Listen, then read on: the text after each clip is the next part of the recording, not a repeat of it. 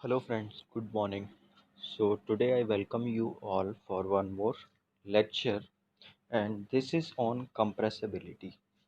Okay, this lecture is about the thermodynamic properties of the fluid and specifically I'll discuss about the compressibility. ठीक है, compressibility के बारे में मैं बात करूँगा। तो आप यहाँ पे देख पा रहे हो compressibility का क्या मतलब है। तो compressibility आप देख पा रहे हो ease of compression, है ना। और बेसिकली कौन सा लिक्विड कितनी आसानी से कंप्रेस किया जा सकता है वो कहलाता है उसकी कंप्रेसिबिलिटी। ठीक है, मैथमेटिकली हम कंप्रेसिबिलिटी को इस तरह से डिफाइन करते हैं।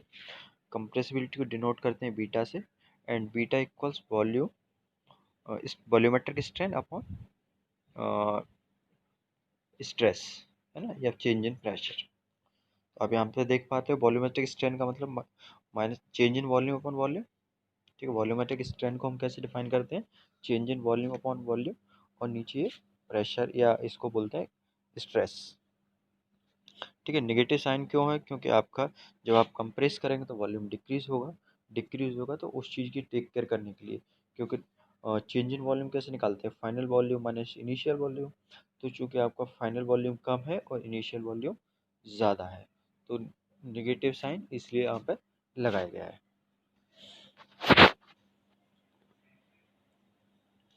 अब आप यहाँ पे एक चीज़ देख पा रहे हो, मास हमेशा कंजर्व होता है। जो मास है वो कभी भी चेंज नहीं होता है, as per the law of conservation of mass. तो मास को कंजर्व होता है और मास को हम कैसे डिफाइन कर सकते हैं, मास को हम इस तरह से डिफाइन कर सकते हैं, M equals rho into V, जहाँ पे रो रिप्रेजेंट करता है डेंसिटी को और वी रिप्रेजेंट करता है वॉल्यूम को। मास का ये फॉर्मूला लिख सकते हैं हम, डेंसिटी इंटू वॉल्यूम, क्योंकि डेंसिटी क्या होता है, mass upon volume. Mass upon volume का वॉल्यूम से मल्टीप्लाई किया तो क्या आ जाएगा, मास आ जाएगा। तो यहाँ पे आप देख पा रहे हो एम इक्वल्स मैंने लिखा हुआ रो इंटू वी। रो डेंसिटी को रिप्रेजेंट करता है और वी किसको रिप्रेजेंट कर रहा है, वॉल्यूम को। तो एम इक्वल्स कॉन्स्टेंट है, इसका मतलब रो इंटू वी इक्वल्स कॉन्स्टेंट हो जाएगा। अब इस एक्सप्रेशन को हम डिफरेंशिएट करें, है ना, इस एक्सप्रेशन को हम डिफरेंशिएट करें तो सबसे पहले किसके रिस्पेक्ट में कर दिया, पार्शियल डिफरेंशिएट करेंगे तो रो कांस्टेंट ले लिया, रो डी वी हो गया, फिर वी डी रो हो गया, और कांस्टेंट का डिफरेंशिएशन क्या हो जाएगा, जीरो हो जाएगा। तो यहाँ से आप देखोगे रो डी वी इक्वल्स क्या आ जाएगा, माइनस वी डी रो। ठीक है, तो यहाँ से d we upon we equals आ जाएगा डी रो अपॉन रो। ठीक है, ये तो आपको समझ में आता है कि डो किक्स को रो से हम क्या दिखा रहे हैं, डेंसिटी दिखा रहे हैं, और वी से क्या दिखा रहे हैं, वॉल्यूम दिखा रहे हैं। तो minus D we upon we equals हो जाएगा डी रो अपॉन रो। तो बीटा जो हमने कंप्रेसिबिलिटी डिफाइन की थी वो कैसे डिफाइन, बीटा से डिफाइन की थी, volumetric strain upon change in pressure. ठीक है, तो वॉल्यूमेट्रिक स्ट्रेन की जगह हम डी वी अपॉन वी की जगह आप क्या पुटअप कर सकते हो, D rho upon rho put up कर सकते हैं, upon D B change in pressure. तो बीटा इक्वल्स यहाँ पे आ गया 1 upon rho d rho upon D P, ये एक एक्सप्रेशन आ गया जिसको हम न्यूमेरिकल में काफ़ी यूज़ करते हैं। तो बीटा इक्वल्स आ गया 1 upon rho d rho upon D p.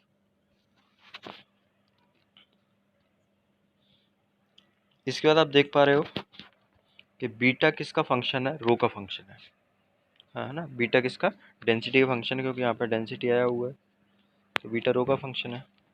तो और रो आपका जो है वो किसका फंक्शन है, प्रेशर का। किसका फंक्शन है, प्रेशर का। यदि D rho upon D P pressure का फंक्शन होगा तो D rho upon D P is not equals to zero. ठीक है, तो डेंसिटी आपका प्रेशर का फंक्शन होगा तो इसका मतलब D rho upon D P zero के बराबर नहीं होगा। इसका मतलब जो फ्लूइड होगा वो कैसा होगा, कंप्रेसिबल फ्लूइड होगा। और यदि आपका रो प्रेशर का फंक्शन नहीं है ना, प्रेशर प्रेशर का फंक्शन होने का मतलब ये है कि यदि आप प्रेशर अप्लाई कर रहे हैं तो डेंसिटी चेंज हो रहा है तो आपका कहलाएगा वो कंप्रेसिबल फ्लूइड। और प्रेशर का फंक्शन नहीं है, इसका मतलब प्रेशर अप्लाई करने पे डेंसिटी में कोई चेंज नहीं आ रहा है, तो इसको बोलेंगे हम इनकम्प्रेसिबल फ्लूइड। तो आप देख सकते हैं D rho upon D P equal zero, इसका मतलब बीटा इक्वल जीरो। बीटा मतलब कंप्रेसिबिलिटी जीरो आ गई, कंप्रेसिबिलिटी जीरो है तो इसका मतलब फ्लूइड कैसा है, इनकम्प्रेसिबल फ्लूइड है। ठीक है, इसके बाद बल्क मॉडुलस है। तो हम ऐसे भी डिफाइन करते हैं कि जो आपका कंप्रेसिबिलिटी होती है वो वर्क बल्क मॉडुलस की रेसिप्रोकल होती है, उल्टा होती है। तो बल्क मॉडुलस के इक्वल्स हो जाएगा compressive strength upon volumetric strain, है ना। डीपी से आप क्या शो कर चेंज चेंज इन प्रेशर बोल सकते हैं, उसको हम कंप्रेसिव स्ट्रेस बोल सकते हैं। कंप्रेसिव स्ट्रेस इसलिए क्योंकि जब आप प्रेशर आप उस पर अप्लाई करोगे तो what it will induce the compressive stress. तो के इक्वल्स कंप्रेसिव स्ट्रेस अपन वॉल्यूमेट्रिक स्ट्रेन हो गया। तो यहाँ पे बीटा जो कंप्रेसिबिलिटी है वो किसका उल्टा है, आपका बल्क मॉडुलस का। ठीक है, इसको हम बल्क मॉडुलस ऑफ इलास्टिसिटी बोल देते हैं। तो अब देखो जितना ज़्यादा बल्क मॉडुलस होगा उतना उसकी कंप्रेसिबिलिटी क्या होगी, कम होगी, क्योंकि इन्वर्सली प्रोपोर्शनल का रिलेशन है या उल्टे होते हैं एक दूसरे से। तो हमने अभी कंप्रेसिबिलिटी को कैसे डिफाइन किया था, 1/रो d rho upon D p. तो आपका बल्क मॉडुलस कैसा हो जाएगा, rho d rho d p upon d rho. ठीक है, तो ये कंप्रेसिबिलिटी हो गया, क्योंकि आपने देखो इधर हमने डिफाइन किया था बीटा इक्वल्स 1/रो d rho upon D p. तो इसका मतलब जो आपका बल्क मॉडुलस है के से जिसको हम शो करते हैं, तो बल्क मॉडुलस क्या हो जाएगा, आपका बल्क मॉडुलस हो जाएगा के इक्वल्स रो डी पी अपॉन डी रो। ये आपने, ठीक है, तो यहाँ से आ गया। अब इसमें दो तरह की कंप्रेसिबिलिटी हम और डिफाइन करते हैं, एक तो होता है आइसोथर्मल कंप्रेसिबिलिटी और एक होता है आपका एडियाबैटिक कंप्रेसिबिलिटी। ठीक है, तो आइसोथर्मल कंप्रेसिबिलिटी की हम बात करें तो आइसोथर्मल प्रोसेस होती है थर्मोडायनेमिक प्रोसेस, जिसमें टेम्परेचर क्या रहता है, कांस्टेंट रहता है। ठीक है, आइसोथर्मल प्रोसेस में टेम्परेचर कांस्टेंट रहता है, तो टी इक्वल्स कांस्टेंट, आपको ये फॉर्मूला पता हुआ है, इक्वेशन पी बी इक्वल्स क्या होता है, एम आर टी होता है। तो यहाँ से पी इक्वल्स क्या हो जाएगा, M upon V R T हो जाएगा। तो एम अपॉन वी क्या रिप्रेजेंट करता है, डेंसिटी को रिप्रेजेंट करता है। तो पी इक्वल्स हो जाएगा रो आर टी। ठीक है, तो यहाँ से रो इक्वल्स क्या हो जाएगा, पी अपॉन आर टी। अब इस इक्वेशन को यदि हम डिफरेंशिएट करेंगे, यदि इसको डिफरेंशिएट करेंगे तो D rho upon D P, P के रिस्पेक्ट में डिफरेंशिएट कर दिए, इक्वल्स 1/आर टी आ जाएगा, है ना। आर टी क्या है, कांस्टेंट है, क्योंकि टेम्परेचर कांस्टेंट है और आर ऑलरेडी कांस्टेंट है, गैस कांस्टेंट कहलाता है। तो यहाँ से d rho upon D p equals आ गया 1/आर टी। तो अच्छा, बीटा को हमने कैसे डिफाइन किया, कंप्रेसिबिलिटी को हम ऑलरेडी फॉर्मूला निकाल चुके हैं, 1/रो d rho upon D p. ठीक है, तो D rho upon D p की जो वैल्यू है वो यहाँ से हम पुटअप कर देंगे इसमें। तो बीटा इक्वल्स आ जाएगा 1/रो, और इसकी जगह D rho upon D p की जगह क्या आ जाएगा, 1/आर टी आ जाएगा। तो ये आ जाएगा फॉर्मूला, बीटा इक्वल्स 1/आर टी। और रो आर टी क्या रिप्रेजेंट करता है, रो आर टी आपका रिप्रेजेंट करता है प्रेशर को। तो बीटा इसमें जो कंप्रेसिबिलिटी है वो आ गया 1/पी। मतलब for the isothermal process the compressibility is reciprocal of the pressure. इसका रेसिप्रोकल है, प्रेशर का रेसिप्रोकल है। हाँ, मैं एक चीज़ और इसमें क्लियर कर दूँ, जैसे मैंने स्टार्टिंग में डीपी को चेंज इन प्रेशर बोला है, आप उसको कंफ्यूजन को अवॉइड करने के लिए उसको आप कंप्रेसिव स्ट्रेस ही कंसीडर करके चलिए। तो आइसोथर्मल कंप्रेसिबिलिटी होगी। अब दूसरा होता है एडियाबैटिक कंप्रेसिबिलिटी। तो एडियाबैटिक प्रोसेस आपने पढ़ा होगा, एडियाबैटिक प्रोसेस क्या होता है, जिसमें हीट का ट्रांसफर नहीं होता है, there is no exchange of heat between system and surrounding. तो एडियाबैटिक प्रोसेस एक पाथ फॉलो करती है और वो पाथ है पी की पावर गामा इक्वल्स कांस्टेंट। ठीक है, एडियाबैटिक प्रोसेस एक पाथ फॉलो करती है पी की पावर गामा इक्वल्स कांस्टेंट। तो यहाँ से आप देखो वी की जगह क्या लिख सकता हूँ मैं, मास अपॉन डेंसिटी लिख सकता हूँ, क्योंकि वॉल्यूम क्या होता है, देखो मास और डेंसिटी क्या होता है, मास अपॉन वॉल्यूम। तो मास से मास कैंसिल आउट हो जाएगा, वॉल्यूम बचेगा। तो मैं इस वॉल्यूम की जगह क्या रख दिया, एम अपॉन रो की पावर गामा इक्वल सी। तो इसको आप इस तरह से लिख सकते हो, पी एम की पावर गामा रो की पावर गामा इक्वल सी। अब यहाँ से देखो इस m को हम इधर भेज देते हैं, तो एक कांस्टेंट को यदि आप दूसरे कांस्टेंट से डिवाइड करेंगे, भाई मास क्या है, मास कांस्टेंट है, मास इज नॉट चेंजिंग। तो यहाँ पे c ऑलरेडी कांस्टेंट है, तो एक कांस्टेंट को आप दूसरे कांस्टेंट से डिवाइड करोगे तो जो आपको अगली क्वांटिटी मिलेगी वो क्वांटिटी भी क्या होगी, कांस्टेंट होगी। तो हमने m से इसको इधर डिवाइड कर दिया तो भी आपको क्या मिल गया, कांस्टेंट मिला। तो p अपॉन रो की power gamma equals constant.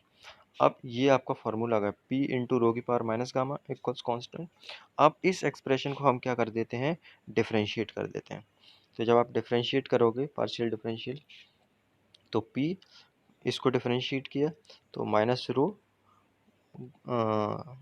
Minus gamma, और रो गामा की माइनस गामा माइनस वन और इंटू डी रो, ठीक है, प्लस अब इसको कांस्टेंट रखते हैं तो रो की power minus gamma D P equal 0।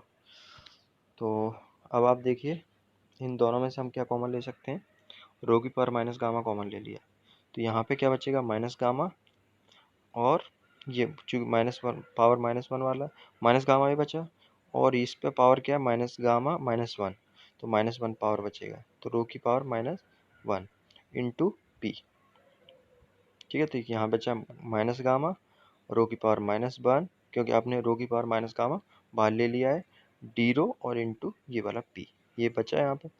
ऐसे इस तरफ आप देखेंगे तो इस तरफ क्या बचेगा, डी पी बचेगा।